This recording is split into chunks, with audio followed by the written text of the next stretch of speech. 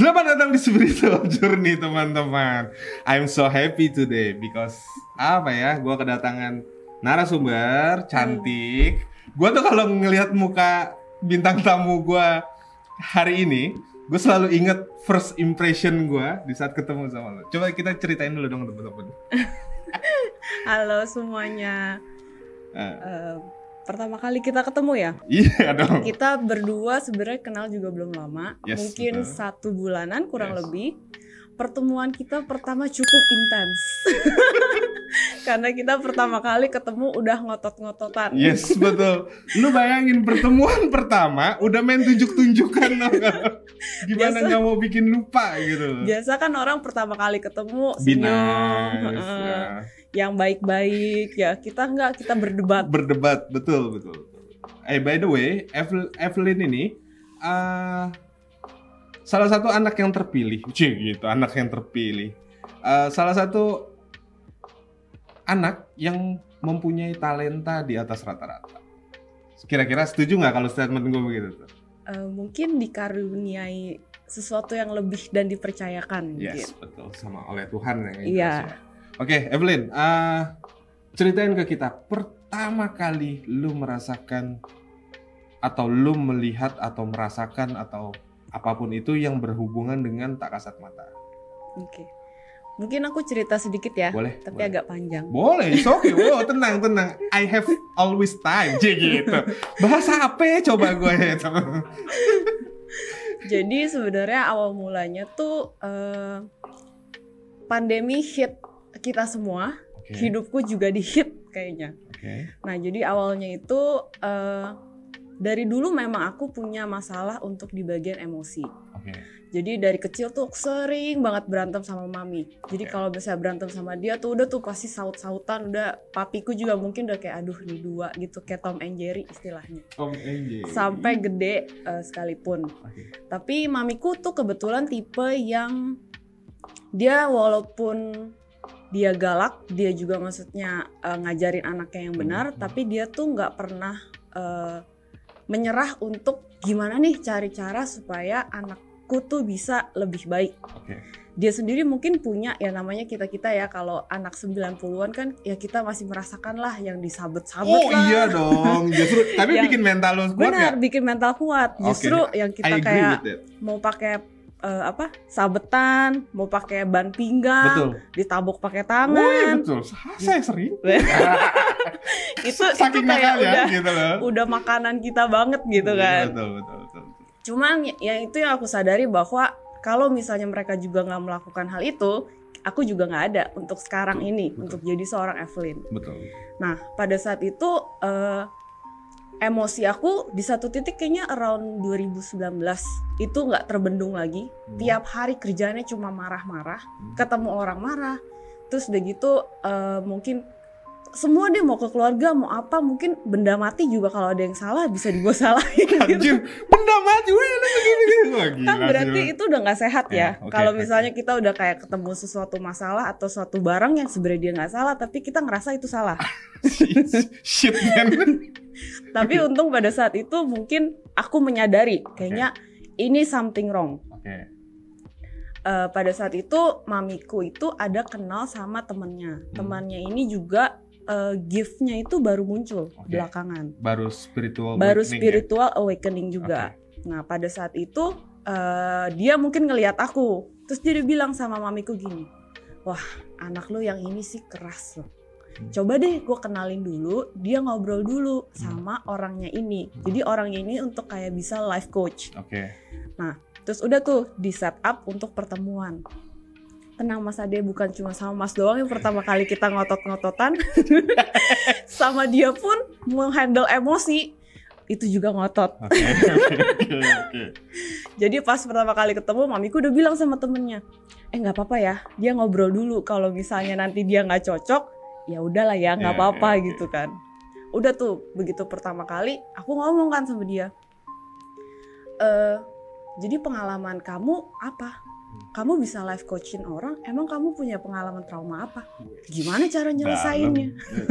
Dalam. Itu judgmental banget kan? Iya. Kayak emang pernah dirasain apa di hidup kamu, emang pernah ngerasain apa sampai kamu tuh kok bisa nyembuhin orang, gimana caranya?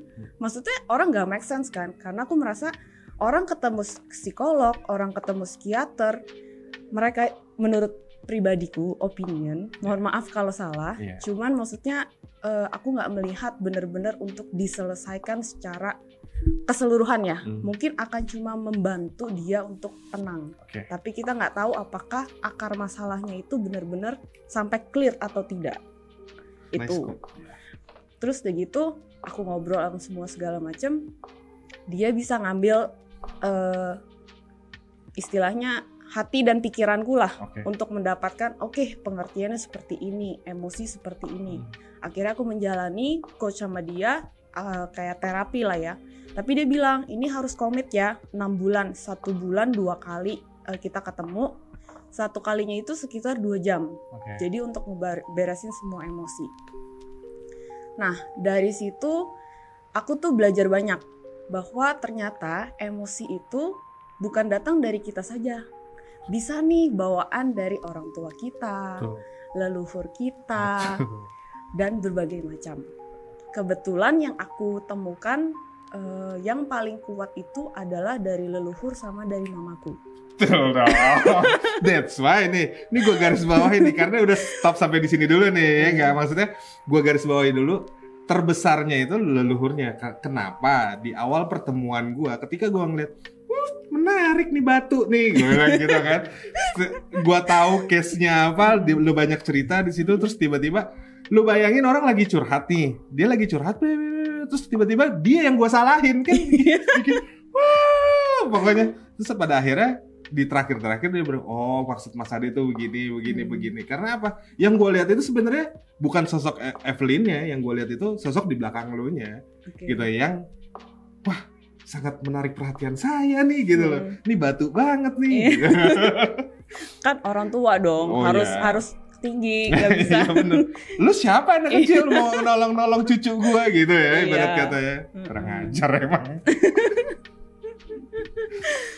Nah terus waktu aku memberesin emosi itu, jadi dia mungkin ada teknik hipnoterapi juga ya, karena semuanya itu bukan kayak ahli-ahli yang istilahnya saya cabut gitu, nggak bisa. Tapi semuanya itu memang harus akses dari kitanya sendiri. Istilahnya lebih ke alam bawah sadar kita. Jadi pada saat itu aku dibimbing untuk melakukan kayak hipnoterapi. Kita digali lebih dalam. Nah pada saat itu aku ceritain case-nya aja ya. Aku tuh selalu punya ketakutan untuk takut gak punya uang. Takut susah. Takut susah.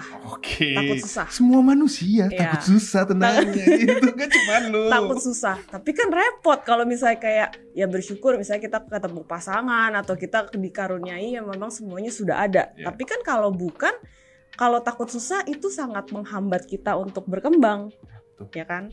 Nah, terus aku ditelusuri dari hipnoterapi, aku membayangkan sendiri ternyata ini bawaannya tuh dari orang tua mamaku.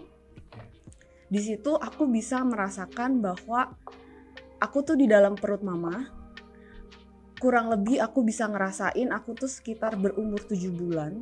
Aku bisa ngerasain perasaan dia itu takut. Dan dia tuh juga kayak nih anak tuh harus dijaga baik-baik karena dia ada takut kehilangan. Nah sebelumnya mamaku tuh memang ada 1 kali pernah gagal sebelumnya ada aku. Sebelum kamu ya? Sebelum ada aku. Tapi sebenarnya aku tuh nggak tahu banyak tentang maksudnya sebelumnya tuh gagalnya kenapa.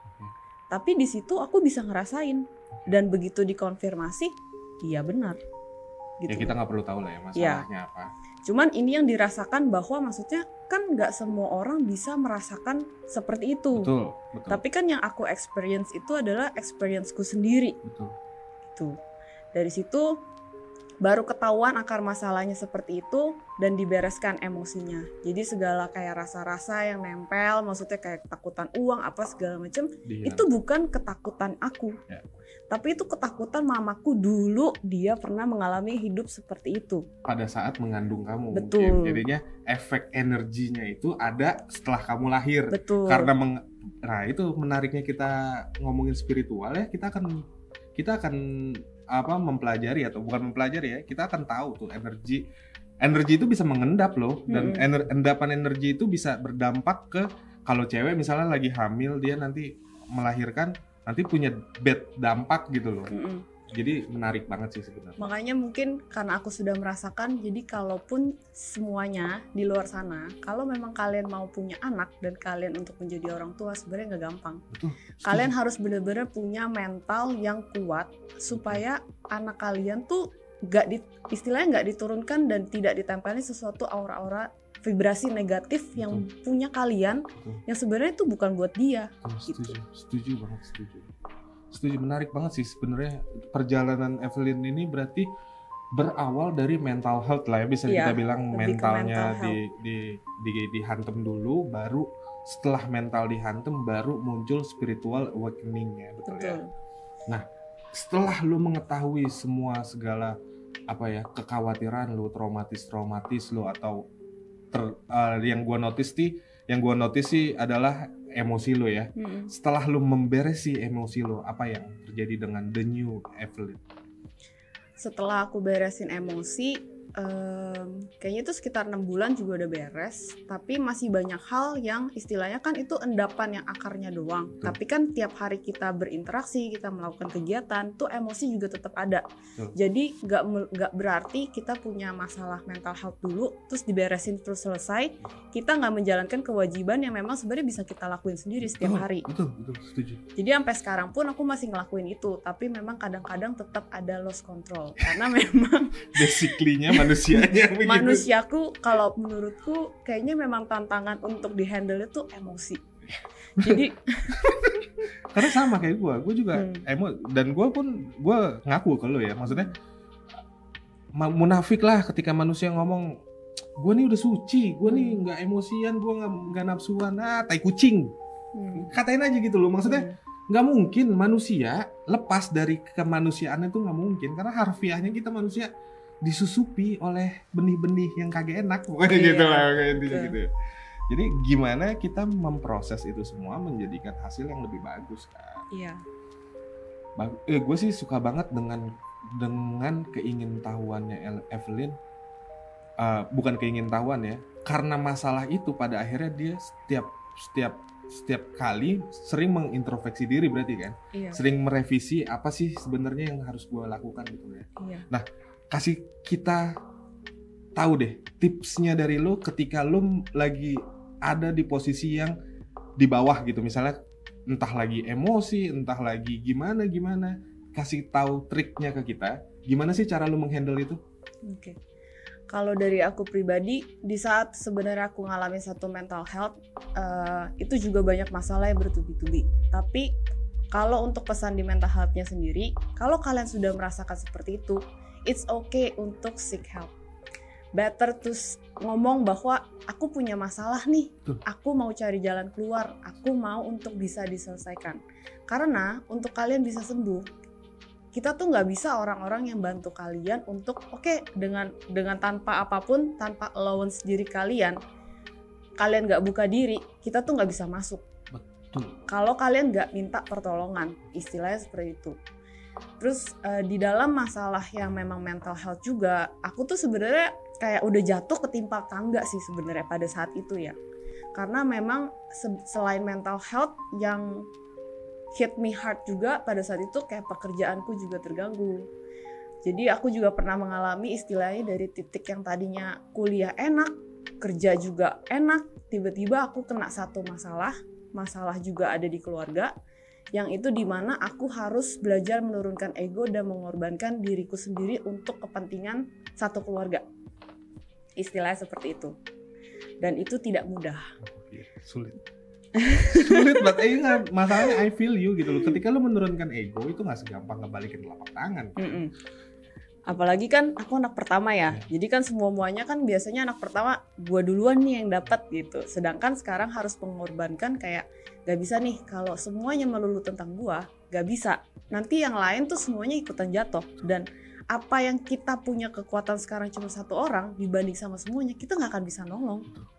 gitu. Jadi apa gunanya untuk mempertahankan itu? Lebih baik kita ya udahlah, istilahnya pada saat itu pun aku juga berdoa ya, maksudnya Tuhan kalau memang ini jalannya, memang aku dipakai untuk bisa membantu keluargaku, kuatkan aku. Pada saat itu. Menarik. Jadi sebenarnya mental health lo itu berhubungan dengan spiritualnya lo saat ini. Iya.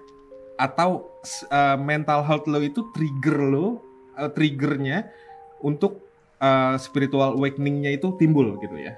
Kalau yang aku lihat dan aku rasakan, kayaknya karena mental health itu, jadi istilah tadi kayak satu pintu yang ketutup awan. Oke.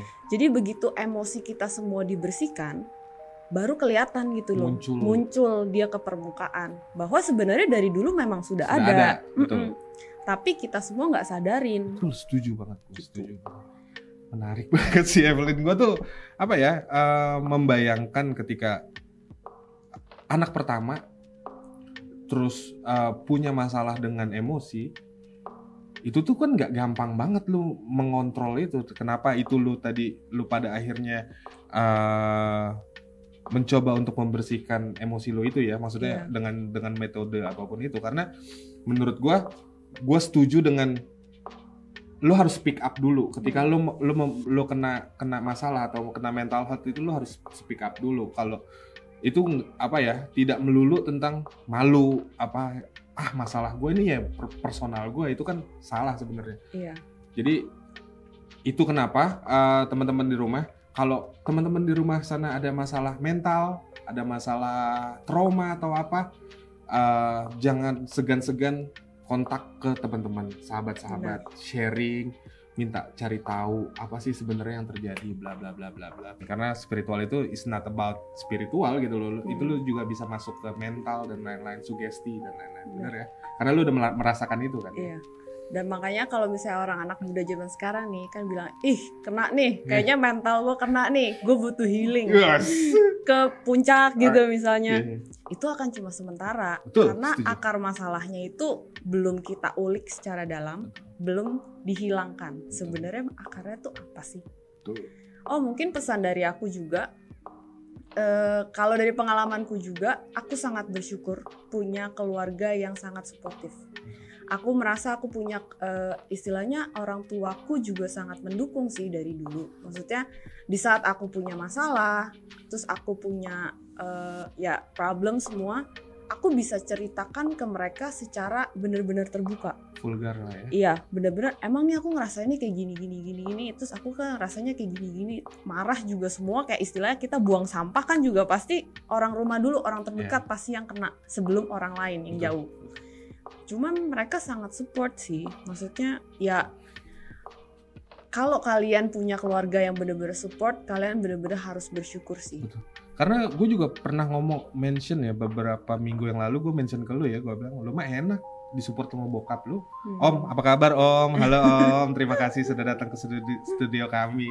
Gue tuh suka banget maksudnya yang orang tua yang open minded gitu loh. Karena anak itu tidak jadi dibatasi. Katakanlah lu punya gift sesuatu yang lebih gitu. Lu melihat hantu, terus bapak lu ngomong, "Haha, lu kan jadi mental lu jatuh lagi kan." Iya. Lu tidak mempercayai. Gue harus percaya sama siapa nih? Sama mata yang gue lihat atau sama bapak gue yang ngomong seperti ini kan gitu. Kalau keluarganya tidak caring atau tidak mensupport ya kita mau gimana, mau lari gimana, bener gak sih? Semua start from home kalau menurut gue ya. Gimana cara didik orang tua akan berdampak nanti ke kehidupan lu kan. Gitu loh, mungkin ada contohnya, aku sharing dikit ya. Jadi pokoknya rumahku tuh pernah ada orang yang kayak taruh barang, terus barangnya itu ada di rumah. Ada orang satu yang aku bilang, teman mamaku kasih tahu aku kalau ada barang tuh di rumah. Tapi kan pada saat itu kita kan nggak tahu ya barang bentuknya apa, nih barang di mana, ya kelihatan kan? atau enggak, kelihatan apa enggak, terus kita nyarinya di mana gitu kan. Nah dia cuma bilang ada tuh barangnya. Dia ada sebut sih kayak warna atau bentuknya sekelibat, tapi kan kita harus mikir itu apaan ya gitu kan. Nah terus ini aku mengalami sendiri, nggak tahu ya orang percaya apa enggak, tapi maksudnya kalau aku melihat. Jadi aku lagi mandi di kamar mandi. Terus tiba-tiba kalau kalian pernah nonton Harry Potter, bentuknya itu persis bener-bener kayak Dobby. Wow. Jadi dia elf, Tapi dia punya kuping Kuping. panjang dan bener-bener kecil. Bentuknya tuh bener-bener Dobby. Dia kasih tahu aku loh tempatnya tuh di mana. Dikasih unjuk ya. Dia kasih tunjuk. Wow. Di saat itu kan aku percaya nggak percaya Iya. antara kayak wah halu nih, tapi halu abis cuci muka gitu kan. Tapi halu abis mandi. Tapi halu nih. abis mandi. Kan nggak mungkin nih gitu Iya, ya. harusnya kan fresh gitu Iya, ya, bener, ya bener, kan. bener, bener. Nah, tapi semua orang kayak temennya mamaku juga bilang bahwa ini barang kalau memang sudah waktunya untuk ditemukan, dia pasti akan muncul ke permukaan. Kalau memang belum waktunya, dia nggak akan ditemukan. Udah tuh, dia aku ada feeling kan, dia kasih tahu, dia kayak tunjukin tuh di lemari, dia bilang kayak gitu. Udah dong, aku ikutin kan antara percaya nggak percaya nih. Cari di lemari, buka. Kok nggak ada ya, kayak nggak kelihatan apapun gitu ya. Udah nih sekali. Terus ada satu lagi kayak kan masih penasaran gitu ya, feeling gitu kan. Terus aku buka kedua kali. Ada loh barangnya di sebelah kiri. Di dalam lemari. Berarti 2 kali lu cek. 2 kali. 2 kali lu sorry, yang pertama itu nggak ada. Yang pertama itu nggak ada. Yang Yang kedua itu aku ngeliat tuh barangnya apa. Dan itu ada di lemari dari kapanpun itu. Tapi posisinya tuh memang ada di situ. Terus aku kaget tuh. Wow. Ini loh barangnya gitu loh. Jadi Dan awal yang nggak ada. gak kelihatan. Enggak, ya awalnya nggak kelihatan nih. Lu Nggak udah cek nggak kelihatan nih. Nggak Lu bongkar-bongkar nggak ada. Gak nih. ada. Yang kedua kali lu buka lagi baru ada tuh Barangnya kelihatan. ada. Dan ini juga nggak halu. Barangnya aku ambil. Aku kasih ke papiku. Nih barangnya ada. Aku nggak halu loh. Wow. Tuh berarti kalau mau yang kepo tanyanya sama papinya Evelyn ya. Bener apa enggak nih ceritanya gitu ya. Dan karena kan saat itu aku juga kayak bingung kan ya harus diapain gitu kan. Tapi kalau kalian ada pengalaman juga seperti ini, terus kalau ada barang kalau bisa jangan langsung dipegang sama tangan. Mungkin kalian pakai plastik atau pakai apa supaya maksudnya kalau ada apa-apa di situ nggak langsung kena ke kalian. Karena energi itu nanti berbicara sama energinya juga Iya, kan. Pasti di barang itu ada energinya atau Iya, apa. kalau tidak baik kan mungkin kalau kena ke kitanya jadi kitanya yang kenapa-kenapa. Betul, setuju banget. Jadi dari situ mungkin alam semesta dan Tuhan juga menunjukkan bahwa nih lu lihat sendiri ya, masih mau ngelak juga. Masih ibarat kata Tuhan, lu mau lari kemana lagi, lu nggak bakal bisa lari lu. Nih, lu lihat di depan mata. Udah kan, percaya kan, udah. Tapi semenjak saat itu ya, aku udah nggak pernah lihat dia lagi. Ya mungkin memang pada saat itu campur tangan Tuhan untuk menghadirkan si Dobby itu untuk ngasih percaya ke lu gitu loh. Kalau nggak ada Dobby kan lu nggak bakalan ngelihat. Iya, bener. Nggak bakalan sih. nemu bendanya kan. Iya. Tapi itu bener-bener bentuk yang di Harry Potter tuh beneran. Nah, gue mau tanya lagi, experience lo setelah Dobby itu apa lagi? Yang berhubungan dengan makhluk-makhluk tak kasat mata itu. Apalagi ya? Gue pernah denger sih, kayak waktu itu lu pernah cerita sama gue pernah tidur bareng sama kuntilanak. It's amazing kan? Wah, lu bayangin. Coba lu bayangin dulu nih, kita sebelum lu cerita, lu bayangin dulu teman-teman, lu lagi tidur, terus tiba-tiba lu nengok, sebelah lu tuh kuntilanak. Gimana rasanya coba ya gitu? Itu rasanya nggak mau nengok sih. Kayak rasanya kita tahu dia ada di samping, tapi kita mau nengok juga. Aduh, ada kunti di kanan gitu. Nah, jadi memang aku nggak tahu ya, apa mungkin karena pernah ditaruh barang atau apa tuh mungkin jadi banyak kalian. Jadi kemarin itu banyak sih, kayak maksudnya aku lebih seringnya tuh ngeliat kunti. Sebenarnya kalau awal nih ya, kan kita nonton film setan atau apa gitu, bentuknya sama juga. Kunti tuh rambutnya panjang, terus bajunya putih. Tapi sebenarnya dia bentuknya juga kayak manusia. Jadi sebenarnya kalau kita yang sudah bisa melihat, kayak biasa aja, kayak normal. Cuman yang kita lihat tuh bukan yang secara real kita punya badan gitu loh. Emang dia bentuknya juga kayak manusia, tapi kita tahu aja dia agak setengah gitu loh. Kayak ibarat kata kayak proyektor apa sih itu yang Benar, teknologi itu? kayak misalnya kayak ada sinar Ya, gitu loh. pantulan yang, gitu kan. Iya. Ya kayak gitu memang.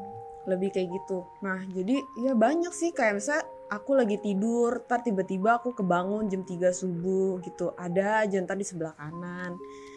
Yang paling deket itu sih ya si Kunti sih, cuman aku nggak tahu dia ngapain sebenarnya di situ.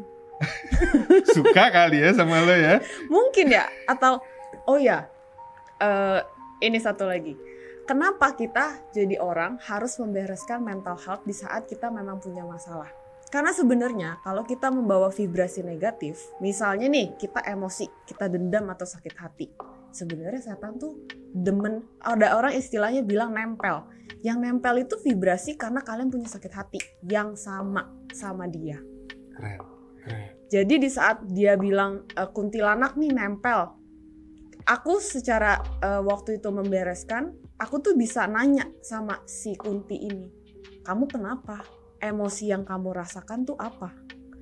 Sama, emosinya misalnya marah, atau dia nggak seneng, atau dia sakit hati, karena itu dia nempel. Sebenarnya makanya kan banyak orang yang tidak tahu nih ya, kalau menurut gue ya, orang yang tidak tahu terus ketahuan ketempelan apa, dia datangnya ke dukun. Padahal mah sebenarnya lu nggak perlu ke dukun, lu cari tahu aja diri lu sendiri, bener gak sih? Betul. Bener gak sih? Jadi sebenarnya yang harus benerin yang banyak masalah adalah kita harus lebih banyak lihat ke diri kita sendiri. Betul. Keren sih. Gue sih dengan tadi quote lo itu tuh bener banget, relate banget dengan apa yang pemahaman gue ya gitu. Maksudnya banyak orang yang mispersepsi ketika, karena banyak gini Evelyn.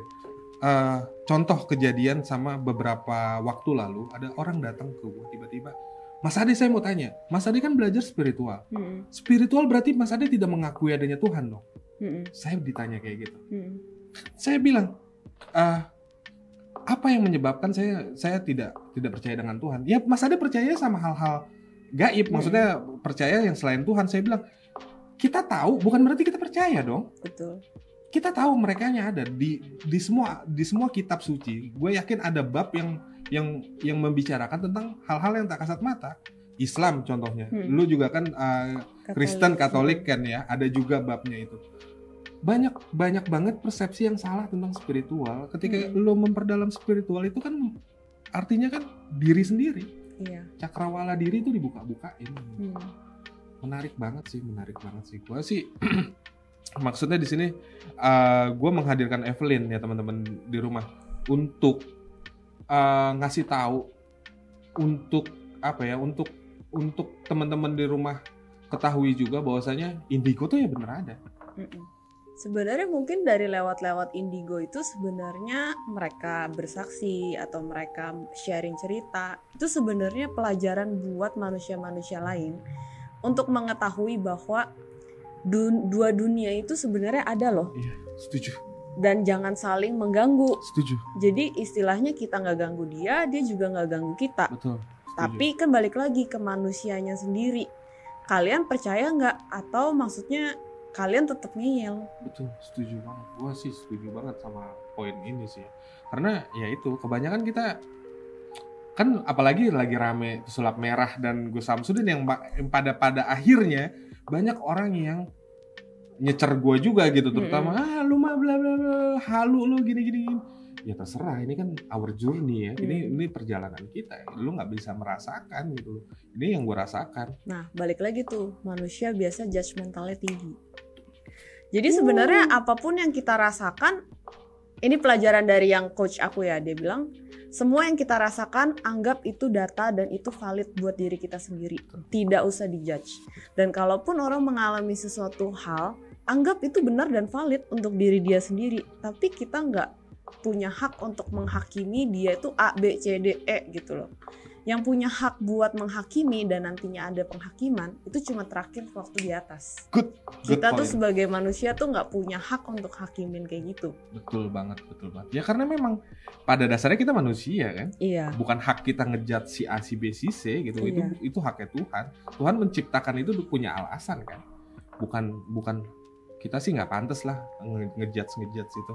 Oke, Evelyn, kasih tahu gua dong satu pengalaman atau experience lo yang bener-bener itu tuh nggak akan pernah lo lupakan. Experience apapun itu, mau dari yang tak kasat mata atau yang berimpact langsung ke atas dasar apa yang berimpact langsung ke pola pikir lo atau perasaan lo gitu. Mungkin kalau contohnya masalah dari keluargaku sih. Jadi mungkin secara manusiawi dulu kan ya kerja nih istilahnya gajinya lumayan gitu kan. Misalnya dulu kuliah hidup juga enak. Terus ada hit problem lebih ke financial thing. Tapi pada akhirnya kan mau gak mau aku terjun. Pada saat itu keikhlasan dan ego itu sangat pencobaan banget lah. Karena itu istilahnya kenapa sih harus ngalamin kayak gini? Tuhan kok kayaknya gak adil banget. Pertanyaannya adalah kenapa harus gue? Kenapa harus aku yang mengalami seperti ini? Kenapa gak orang lain, tetangga sebelah atau siapa gitu? Maksudnya kenapa aku gitu loh? Kenapa harus menjalani semua seperti ini kan? Tapi kalau dilihat dari sekarang, semua kan gitu ya. Kalau misalnya waktu ngalamin kayaknya aduh buset deh susah banget gitu. Ternyata setelah sudah melewatinya, memang kalau yang aku percaya bahwa Tuhan itu ngasih cobaan gak melebihi batas kemampuan manusianya. Dan semuanya itu sudah digariskan takdir, bukan cuma saat sekarang doang, tapi jauh sebelum kita lahir pun bukunya tuh udah kebentuk. Mungkin cerita Evelyn satu buku itu udah ada. Betul. Tergantung manusianya ngejalaninnya itu seperti apa. Betul. Dan dibalik kejadiannya itu semua, banyak loh hikmahnya. Dari misalnya kayak hubungan aku sama papaku ya. Jadi dari kecil aku tuh papaku memang sosok bapak yang baik gitu. Kalau misalnya mau cari satu pasangan, role modelnya itu pasti papaku. Aku selalu berdoa sama Tuhan, Tuhan aku kalau nanti ketemu pasangan, aku tuh mau ketemu kayak yang sosok papaku. Istilahnya dia bertanggung jawab, dia sayang sama keluarga. Pokoknya it's to be good to be true lah gitulah. Maksudnya oke gitu. Nah dari dulu tapi hubungan kita tuh cuma sebatas diem-dieman aja. Gitu aja lah ya. Gitu aja. Tetap ada bordersnya. Tetap ada bordernya. Walaupun papaku kan aku 3 bersaudara cewek semua. Harusnya kan biasa kayak maksudnya bisa lebih deket atau apa. Cuman dari masalah aku akhirnya masuk ke perusahaan papa, aku menjalani semuanya, kena masalah seperti ini, banyak banget pelajaran berharga yang aku benar-benar akan ingat. Kalau nggak ada kejadian seperti ini, mungkin hubungan aku sama keluargaku juga nggak akan sebaik sekarang. Aku nggak akan bisa kompak sama papaku, terus bisa cerita. Oh ya, by the way, papaku juga sangat tertarik dengan dunia spiritual. Jadi pas aku mengalami seperti ini, kurang lebih dia tuh paham. Dulu tuh kita nggak pernah bisa ngobrol. Baru sekarang bener-bener aku umur ya 26, 27. Baru kita tuh bisa ngobrol. Aku dengerin dia cerita, aku juga punya cerita istilahnya aku bisa ngobrol. Itu sih yang mungkin orang anggap ini remeh, tapi menurutku ini yang akan aku ingat bahwa itu ngena banget di aku. Dengan semua perjalanan, mau mental health-nya, mau untuk spiritual awakening-nya, ini sih yang paling berdampak untuk aku ambil. Betul, karena ya itu semua itu ya atas support bokap lu lah ya. Iya. Gue juga sangat respect sama bokap lu di awal pertemuan itu. Gue langsung bilang kan, gue bilang, lu mah enak banget bro. Ya kan gue bilang kan, lu mah enak banget. Bokap lu tuh support lu banget gitu loh. Kemana-mana, lu ngomongin spiritual sama bokap lu pun masih mumpuni. Beliau tuh masih nimpalin lah ibarat kata. Itu kan hal yang jarang gitu loh. Apalagi banyak orang tua yang salah persepsi tentang spiritual. Ini tidak terjadi sama lo. Di keluarga, di bokap lo pun tahu esensi spiritual seutuhnya tuh apa gitu loh. Jadi kan tinggal ngejalaninnya doang. Ya kan, tinggal ya nothing tulus lah ya. Dan menurutku kalau kita sebagai anak ya, balik lagi kayaknya semua agama mengajarkan, maksudnya kita tuh harus hormat dulu sama ayah dan ibu kita sendiri. Istilahnya kita mau berbuat baik, kita mau dipakai sama Tuhan, tapi mungkin harus dari orang tua kita dulu gitu loh. Kita bisa seperti apa ke mereka. Dengan maksudnya pengorbanan yang menurut kita berkorban, tapi sebenarnya tidak ada apa-apa. Dengan ya kan orang tua kayak berkorban gedein kita. Dia benar-benar mungkin kita sekolah tinggi juga mungkin mereka punya masalah tapi mereka nggak pernah ngomong. Betul. Maksudnya benar-benar cinta orang tua tuh mungkin tanpa batas yang mungkin kita nggak sadarin. Gitu. Dan kadang-kala anak kalah dengan egonya. Betul. Menganggap wah bapak gue nih begini padahal gue nih harusnya diginiin. Kan nggak melulu tentang lu. Ini kalau semua tentang lu, yang lain mau gimana kan gitu kan. Harus ada sudut pandang atau perspektif yang berbeda. Nah untungnya kalau gue ya saat ini gue sudah ketika gue memperdalam spiritual, sudut pandang gue tuh jadi lebar banget ngelihatnya. Satu case bisa banyak banget sudut pandang, jadi lu tidak gampang meremehkan, tidak gampang menyalahi, judgement, bla bla. Jadi itu lebih benefits ke nurunin ego kali ya? Betul. Jadi kalau misalnya kita bisa nurunin ego, ya berarti kita bisa lihat dari banyak perspektif yang sebenarnya jauh lebih baik daripada kita cuman gua pasti benar. Ya itu benar karena ya itu poin awal pertama kita berdebat pun masalah ego kan. Gua bilang ketika lo bisa menurunkan ego lo sedikit, siapapun itu ya, mau teman-teman di rumah termasuk gua, kita nurunin ego sedikit aja, itu akan ada jeda untuk lo melihat perspektif yang lain. Turunin lagi, ada lagi. Makin banyak perspektif tuh, semakin banyak jalan lo untuk menyelesaikan masalah itu kan. Iya. Karena menurut gua sumber masalah itu ada untuk memperbaiki diri kita. Betul. Bener nggak sih? Masalah datang nih. Apa contoh ya? Kalau mental health lu nggak diserang sama mental health, kira-kira lu akan jadi Evelyn yang sekarang nggak? Enggak. Ya kan? Berarti kan masalah datang untuk menyelesaikan permasalahan kita sendiri. Betul, untuk memperbaharui atau mengupgrade. Kalau handphone perlu di-upgrade OS-nya, kalau diri kita ya juga sama, perlu di-upgrade. Betul. Setuju nggak dengan poin itu? Setuju banget. Iya dong, harus setuju dong. Gitu. Gak akan ada Evelyn yang sekarang kalau nggak melewati Evelyn yang kemarin. Oh iya benar. Dan jadikan itu sebagai pembelajaran. Betul. Jadi ya anggap aja belajar gratis lah gitu loh ya. Ya iyalah, karena kan dulunya kan kita mungkin tambeng sama orang tua, misalnya dipukul sama orang tua, bapak gua nih tukang pukul bla bla. Padahal kan lu jangan ngelihat pukulannya, yang lu lihat lu akan tumbuh jadi manusia yang lebih kuat lagi, karena di luaran sana kan lebih. Iya. Anak-anak zaman sekarang nih ya, kids zaman now nih ya, dicubit sedikit aja lapor polisi. Iya nggak? Lo semua tuh nggak ngerasain yang namanya disambit sama apusan sekolah. Pernah nggak disambit? Aku nggak dulu mungkin papi mamiku kali kena yang gitu. Sambitan penghapus ya. Oh iya, gua tuh ngerasain bro. Tapi ya mau gimana, emang kita salah. Anak sekolah zaman sekarang disambit kayak begitu, ngelapor apa? Komnas HAM, polisi. Padahal itu mendidik anak menjadi anak yang kuat gitu loh. Karena dunia bisnis di luar sana, kok dari spiritual larinya ke bisnis nih gitu. Karena semuanya related. Oh iya benar, setuju gue. Oh relatednya mungkin gini. Aku mau ngingetin juga bahwa kalau aku juga punya kepercayaan bahwa kalau misalnya kita berbuat baik dan kita istilahnya berbakti sama orang tua ya, rezeki itu nggak akan habis. Betul. Kalian harus percaya itu. Betul. Dan aku mengalaminya. Mau sampai sesusah apapun, ya aku yakin dan percaya Tuhan yang di atas tuh istilahnya gak akan kasih kita tuh sampai yang sedih banget, sampai yang susah banget. Istilahnya orang yang dipilih dan dipercayakan sama Tuhan itu lewat orang tua kita. Betul banget. Karena ya ini kalau bukan peribahasa, ini quote-nya dari adik nih gitu.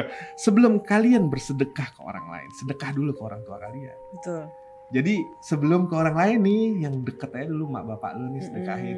Lu nggak bisa sedekah duit, lu sedekah doa. Betul. Sedekah itu kan nggak harus melulu tentang harta kan, duit kan. Lu doa aja itu sedekah lu ngasih makan aja sedekah lu.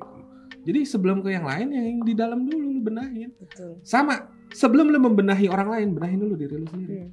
Karena semakin kita menunjuk nih, kayak kita ngerasa, aduh nih orang kok gini-gini, itu kan berbalik ke kita sendiri. Sebenarnya tanya dulu kitanya tuh seperti apa. The question-nya, lu mampu nggak mencari jati diri lu? Kan kebanyakan orang yang nyerah dan udah underestimate dulu. Ketika dikasih suggestion, bro meditasi bro gini, melawan Tuhan, sesat, gitu. Ya udah, itu mah terima nasib gitu. Berarti lu aja sudah menjudge orang lain yang ngasih suggestion itu ke lu, gitu loh. Karena banyak banget di luar sana yang merasa dirinya paling benar, merasa itu ya, sorry to say ya, kalian akan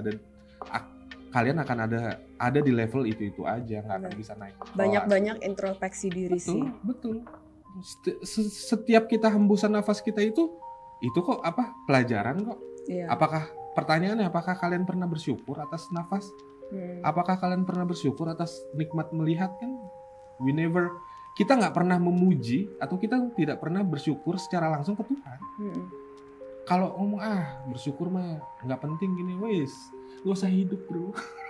Justru kita harus mulai dengan bersyukur dulu loh. Oh iya. Kalau kita sudah bisa mensyukuri, kita menghargai benar-benar dari hati ya, bukan cuman saya bersyukur tapi dalam hatinya kayak, aduh ini nggak dapet nih. Iya, wah nggak dapet cuan nih gitu. Iya kan. Bersyukur dulu, baru nanti akan diberikan. Maksudnya ya kita harus selaras juga lah. Apa yang menurut kita baik, belum tentu menurut yang di atas tuh baik.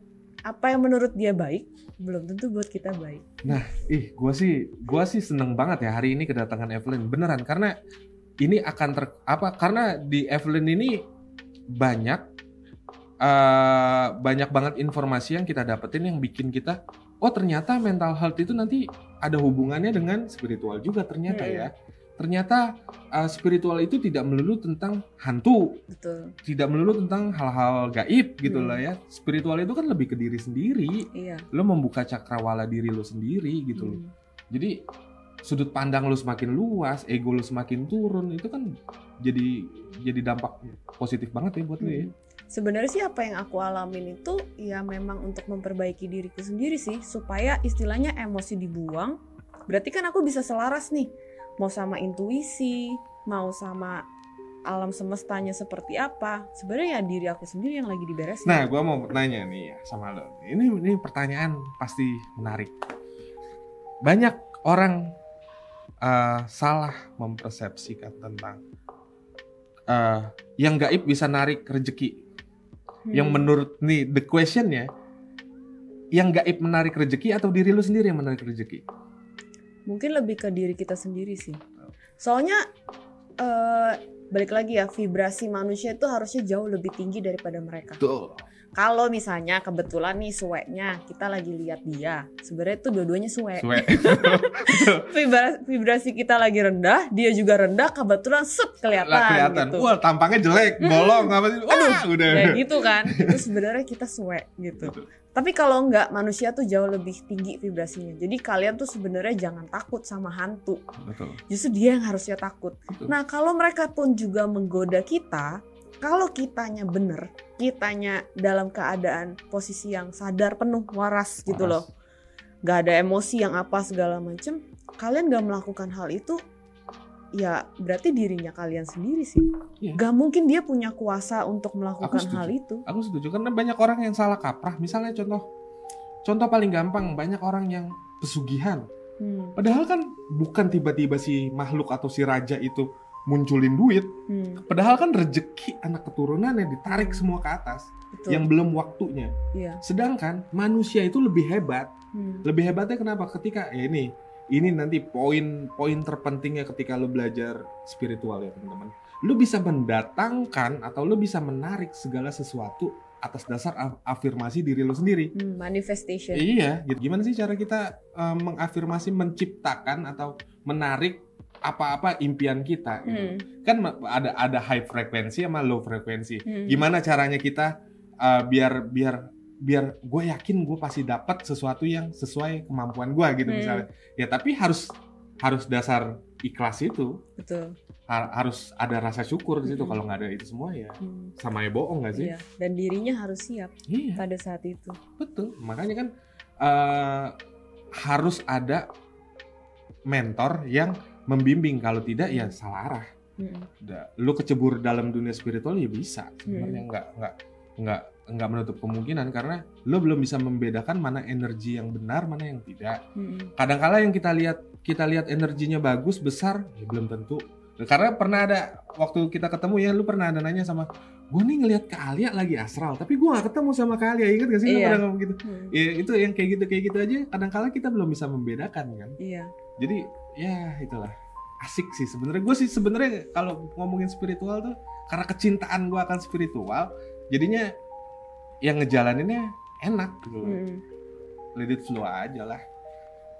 Gak ada habisnya sih kita kalau bahas spiritual. Wah iyalah, luas banget. Makanya kan banyak, gue sih kesel ya dengan adanya pemberitaan saat ini gitu loh, tentang menyamakan spiritualis dengan dukun. Oh enggak segampang itu bosku gitu loh. Spiritual itu lebih, kalau menurut gue ya, spiritual itu lebih ke input diri lu sendiri.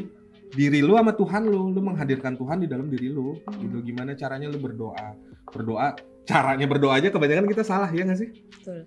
kita hanya satu arah biasanya. Ya Tuhan, ya Allah, saya minta ini, saya minta itu. Kemana Tuhannya, Tuhan, teman-teman? Ya benar gak sih?